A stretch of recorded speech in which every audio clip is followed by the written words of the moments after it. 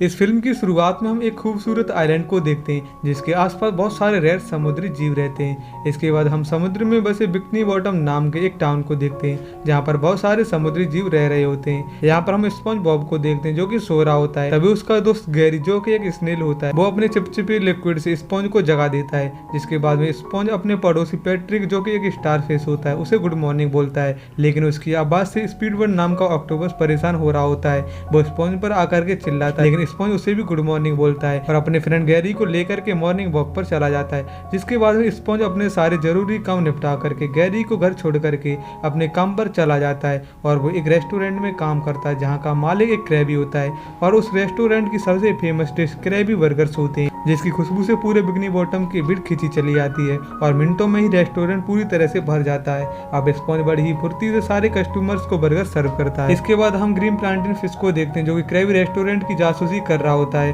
क्योंकि green plantain का भी एक रेस्टोरेंट होता है लेकिन उसके रेस्टोरेंट में कोई भी भीड़ नहीं आती है, इसलिए ग्रीन प्लांटेन क्रैबी बर्गर की सीक्रेट रेसिपी को चुराना चाहता है। ग्रीन प्लांटेन के पास में एक कैरन नाम की एक रोबोट होती है। वो कैरन से कहता है कि मैं इस पर रेसिपी को जरूर चुरा लूंगा और क्रैबी मेरा कुछ भी नहीं बिगाड़ पाएगा। तब कैरन कहती है कि तुम्हारा असली दुश्मन क्रैबी नहीं है, तुम्हारा असली दुश्मन स्पंज है, तुम उसी की वजह से हर बार नाकाम रह जाते हो। लेकिन ग्रीन प्लांटेन कैरन की नहीं सुनता और वो अपने काम में लग जाता है। वहीं क्रैबी रेस्टोरेंट में सैंडी स्क्विरल आती है जो कि अपने साथ में अपना बनाया हुआ एक रोबोट ऑटो लाई होती है। वो क्रैबी से कहती है कि ये एक ओनर रोबोट है, इससे तुम्हें बहुत सारी मदद मिलेगी। जिस पर क्रैबी कहता है कि उसके पास में इतने पैसे नहीं है जिससे कि वो रोबोट को खरीद सके। जिस पर सैंडी कहती है कि ये रोबोट सैलरी नहीं लेता है, तुम्हें सिर्फ एक बार इस रोबोट को परचेज करना है। जिसके बाद में क्रैबी रोबोट को ले लेता है, लेकिन सैंडी के जाने के बाद में वो रोबोट उल्टा क्रैबी को उसके रेस्टोरेंट से निकालने लगता है। इसे देख करके क्रैबी बहुत परेशान हो जाता है और वो ऑटो को प्लांटेन के डस्टबिन में फेंक देता है। जिसके बाद प्लांटेन की दोस्त कैरन उस रोबोट को उठा करके अपने साथ ले जाती है। वहीं दूसरी तरफ हम बिकनी बॉटम से कुछ दूर एक शहर को देखते हैं जिसका नाम लॉस्ट सिटी अटलांटिस होता है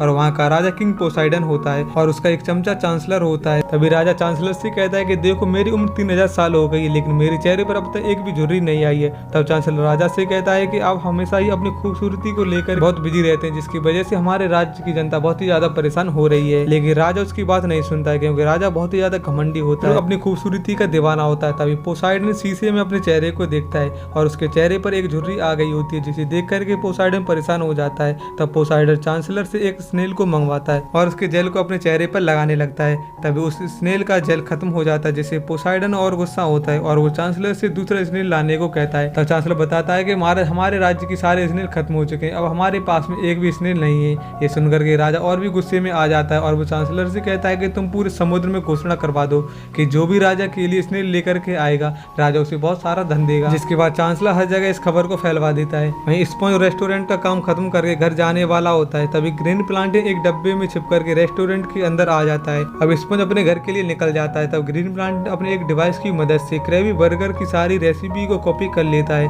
तभी अचानक स्पंज वापस आ जाता है क्योंकि वो अपने घर की चाबी भूल गया होता है। स्पंज को देख करके ग्रीन प्लांटेन एकदम से डर जाता है और वो गलती से एक सॉस से भरे डब्बे में गिर जाता है जिसकी वजह से उसकी रेसिपी भी खराब हो जाती है। अब प्लांटेन को समझ आ जाता है कि कैरन सही बोल रही थी, उसके असली दुश्मन स्पंज ही है। वहीं स्पंज अपने आप पर हंस रहा होता है क्योंकि उसके घर की चाबी उसकी जेब में होती है। इसके बाद स्पंज अपने घर के लिए निकल जाता है। अब ग्रीन प्लांटेन जब रेस्टोरेंट से बाहर आता है तो वो राजा पोसाइडन का आदेश पढ़ता है जिसके बाद में उसके दिमाग में एक आइडिया आता है और वो फैसला करता है कि वो स्पंज के स्नेल को चुरा लेगा और उसे राजा को देकर आ जाएगा। जिसके बाद में जब स्पंज अपने स्नेल को लेने के लिए जाएगा तो इसी बीच में वो रेसिपी को चुरा सकता है। अब रात में ग्रीन प्लांटेन गैरी को चुरा लेता है और वो राजा को देकर के वापस आ जाता है। अब अगली सुबह जब स्पंज को गैरी नहीं मिलता है तो वो बहुत ही ज्यादा परेशान हो जाता है। वो गैरी के लापता होने की खबर चारों तरफ फैलवा देता है लेकिन फिर भी उसे गैरी नहीं मिलता है। इसके बाद में स्पंज बहुत ही ज्यादा उदास हो जाता है और रोने लगता है क्योंकि वो गैरी से बहुत ही ज्यादा प्यार करता है। तभी उसके पास में उसका दोस्त पैट्रिक आता है। वो स्पंज को राजा पोसाइडन का फरमान दिखाता है जिसे पढ़कर के स्पंज और पैट्रिक समझ जाते हैं कि किसी ने गैरी को चुरा लिया है और उसे राजा को बेच दिया है। अब स्पंज गैरी को बचाने के लिए अटलांटिस सिटी जाने का फैसला करता है लेकिन इतनी दूर जाने के लिए उनके पास में कोई गाड़ी नहीं होती है। तभी ग्रीन प्लांटेन अपनी बोट लेकर के आ जाता है है। जिसे ऑटो चला रहा होता है ग्रीन प्लांटिन स्पॉन्ज को अपनी बोट दे देता है, जिसे स्पॉन्ज बहुत खुश होता है। तभी प्लांटिन ऑटो से कहता है कि इन दोनों को तुम अटलांटिस सिटी ले जाओ और कभी वापस मत लाना। अब आदेश मिलते ही ऑटो बोट को लेकर के निकल जाता है। वहीं क्रैबी रेस्टोरेंट में क्रैबी स्पॉन्ज का इंतजार कर रहा होता है। वो स्पीडबर्ड से स्पॉन्ज के बारे में पूछता है, लेकिन उसे भी स्पॉन्ज के बारे में कुछ पता नहीं होता। अब स्पॉन्ज के ना आने से क्रैबी बहुत ही ज्यादा परेशान हो जाता है, क्योंकि स्पॉन्ज ही अकेला होता है जो क्रैबी बर्गर को बनाना जानता है। अब रेस्टोरेंट में बहुत सारी भीड़ इकट्ठा हो जाती है। जब कस्टमर्स को बर्गर नहीं मिलता तो वो क्रैबी और स्पीडबर्ड को पीटने लगते हैं। इसके बाद में क्रैबी बहुत उदास हो जाता है और वो स्पॉन्ज को याद करने लगता है। तभी उसके पास में ग्रीन प्लांटिन आता है और वो क्रैबी से उसकी सीक्रेट रेसिपी मांगता है। इसके बाद में क्रैबी बड़ी ही आसानी से उसे सीक्रेट रेसिपी दे देता है, क्योंकि उसे अब रेसिपी की कोई जरूरत नहीं होती। ये देख करके प्लांटिन क्रैबी से कहता है कि तुम अपनी रेसिपी इतनी आसानी से मुझे क्यों दे रहे हो। तब क्रैबी कहता है कि स्पॉन्ज के बिना इस रेसिपी का कोई फायदा नहीं है। अब ग्रीन प्लांटिन को रेसिपी इतनी आसानी से मिल गई होती है, इसलिए उसे भी अच्छा नहीं लग रहा होता। वहीं स्पॉन्ज और पैट्रिक ऑटो के साथ में अटलांटिस सिटी पहुंच गए होते हैं। दोनों पहली बार अटलांटिस सिटी को देख रहे होते हैं। वो बहुत ही ज्यादा सुंदर सिटी होती है। जब दोनों अंदर जाते हैं तो वो वहाँ की चकाचौंध को देख करके एकदम से हैरान रह जाते हैं और वो भूल जाते हैं कि वो यहाँ पर गैरी को बचाने आए थे। इसके बाद में स्पॉन्ज और पैट्रिक बहुत सारे गेम्स को खेलते हैं और खूब मस्ती करते हैं, जिससे उनका पूरा दिन बीत जाता है। अब अगली सुबह उन दोनों को एहसास होता है कि वो तो यहाँ पर गैरी को बचाने आए थे। इसके बाद में दोनों राजा पोसाइडन के महल में जाने की कोशिश करते हैं, लेकिन पहरेदार उन्हें अंदर नहीं जाने देता। इसके बाद में दोनों एक साइकिल पर बैठ करके जबरदस्ती महल के अंदर आ जाते हैं और गलती से एक स्टेज पर पहुंच जाते हैं जहाँ पर राजा पोसाइडन डांस का शो देख रहा होता है। तब स्पॉन्ज और पैट्रिक सबका ध्यान भटकाने के लिए डांस करने लगते हैं। तभी स्पॉन्ज गैरी को देखता है, जिसके जेल को राजा चेहरे पर लगा रहा होता है, जिसकी वजह से गैरी बहुत ही कमजोर हो गया होता है। तभी स्पॉन्ज और पैट्रिक राजा से गैरी को लेने की कोशिश करते हैं। वो राजा से कहते हैं कि ये मेरा दोस्त गैरी है। इस पर राजा कहता है कि इसका नाम क्लेट है और ये मेरा स्नेल है। स्पॉन्ज समझ जाता है कि राजा झूठ बोल रहा है। वो राजा से जबरदस्ती गैरी को छीनने की कोशिश करने लगता है। ये देख करके राजा के सिपाही स्पॉन्ज और पैट्रिक को पकड़ लेते हैं। अब राजा गुस्से में दोनों को फांसी की सजा सुना देता है और दोनों को ही कारावास में डलवा देता है। वही सैंडी स्पॉन्ज के घर जाती है। जब उसे स्पॉन्ज नहीं मिलता है तो परेशान होकर के क्रैबी रेस्टोरेंट जाती है और वो क्रैबी और स्पीडबर्ड से स्पॉन्ज के बारे में पूछती है और उनसे पूछती है कि तुमने आखिर स्पॉन्ज के साथ क्या किया है। तब क्रैबी कहता है कि उन्हें भी स्पॉन्ज के बारे में नहीं पता है। तभी टीवी पर अटलांटिस सिटी की न्यूज आ रही होती है, जिस पर बताया जा रहा होता है कि स्पॉन्ज और पैट्रिक ने राजा के पेट को चुराने की कोशिश की है, इसलिए दोनों को कल सजा होने वाली है।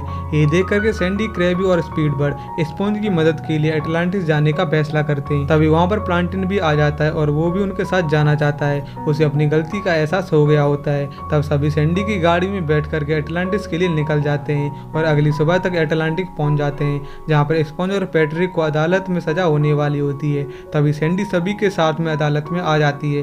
वो राजा से कहती है कि मैं स्पॉन्ज की तरफ से कुछ कहना चाहती हूँ, लेकिन राजा इसके लिए मना कर देता है। तब सैंडी जज से कहती है कि अगर विक्टिम का केस भी स्ट्रांग होगा तो आपको केस लड़ने में मजा आएगा। ये सुनकर के जज सैंडी को बोलने की इजाजत दे देता है। इसके बाद में सैंडी बताती है कि स्पॉन्ज बहुत ही अच्छा दोस्त है, उसका दिल बहुत ही ज्यादा साफ है, क्योंकि जब मैं पहली बार समुद्र में आई थी तब उसने मुझे यहाँ पर रहने में मदद की थी। इसके बाद में एक एक करके सभी स्पॉन्ज के फेवर में खड़े होने लगते हैं और इसी बीच में राजा भी काफी इमोशनल हो जाता है और इसी का फायदा उठा करके स्पॉन्ज और उसके दोस्त गैरी को ले लेते हैं और उसकी जगह एक नकली स्नेल रख देते हैं और वहां से भाग जाते हैं। जब राजा पोसाइडन को उनकी चालाकी का पता चलता है तब वो अपने सैनिकों को स्पॉन्ज और उसके दोस्तों को पकड़ने के लिए भेज देता है, जिसके बाद में सिपाही एक जगह पर सभी लोगों को जाकर घेर लेते हैं। तभी किंग पोसाइडन वहां पर आता है। वो स्पॉन्ज और उसके दोस्तों से इम्प्रेस हो गया होता है, क्योंकि आज तक किसी ने भी राजा को इस तरह से बेवकूफ नहीं बनाया होता।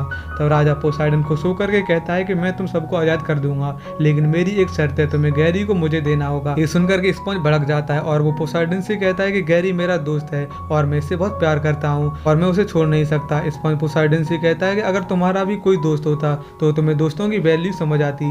ये सुनकर के पोसाइडन कहता है कि मेरे भी बहुत सारे दोस्त हैं। वो अपने चांसलर से लिस्ट दिखाने को कहता है। जब चांसलर बताता है कि महाराज आपका कोई भी दोस्त नहीं है, आपके सिर्फ बहुत सारे दुश्मन हैं और ये सब आपके गुस्से की वजह से हुआ है। ये सुनकर के किंग पोसाइडन रोने लगता है। तब स्पॉन्ज आगे बढ़ता है और राजा से कहता है कि मैं तुम्हारा दोस्त बनूंगा, जिससे राजा खुश हो जाता है। तब स्पॉन्ज पोसाइडन से कहता है कि अच्छा दोस्त अच्छे दोस्त के स्नेल को नहीं चुराते हैं। तब राजा कहता है कि फिर मेरे चेहरे से झुर्रियां कैसे जाएंगी, जिस पर स्पॉन्ज कहता है कि तुम्हारी जनता तुम्हारी खूबसूरती नहीं तुम्हारा प्यार चाहती है, तुम जैसे हो उन्हें वैसे ही अच्छे लगते हो। ये सुनकर के किंग मोटिवेट हो जाता है और वो अपने सारे आर्टिफिशियल सामान को निकाल देता है और अपने असली रूप में आ जाता है। वो बहुत ही ज्यादा बूढ़ा होता है और उसका पेट भी बाहर निकला होता है, जिसे देख करके सब हैरान रह जाते हैं, लेकिन राजा को अब बहुत ही अच्छा लग रहा होता है और वो सारे स्नेल को भी आजाद कर देता है जिनका जेल खत्म हो गया था। तब गैरी सब स्नेल को अपने साथ ले जाने के लिए कहता है, जिसके बाद में स्पॉन्ज अपने दोस्तों और सभी स्नेल के साथ में बिकनी बॉटम में वापस आ जाते हैं। अब सबके पास में अपना एक पेट स्नेल होता है और सब खुशी से रह रहे होते हैं। और इसी के साथ में इस फिल्म का यहीं पर एंड हो जाता है। अगर आपको मूवी की एक्सप्लेनेशन अच्छी लगी हो तो प्लीज़ वीडियो को लाइक और चैनल को सब्सक्राइब जरूर से कर लेना।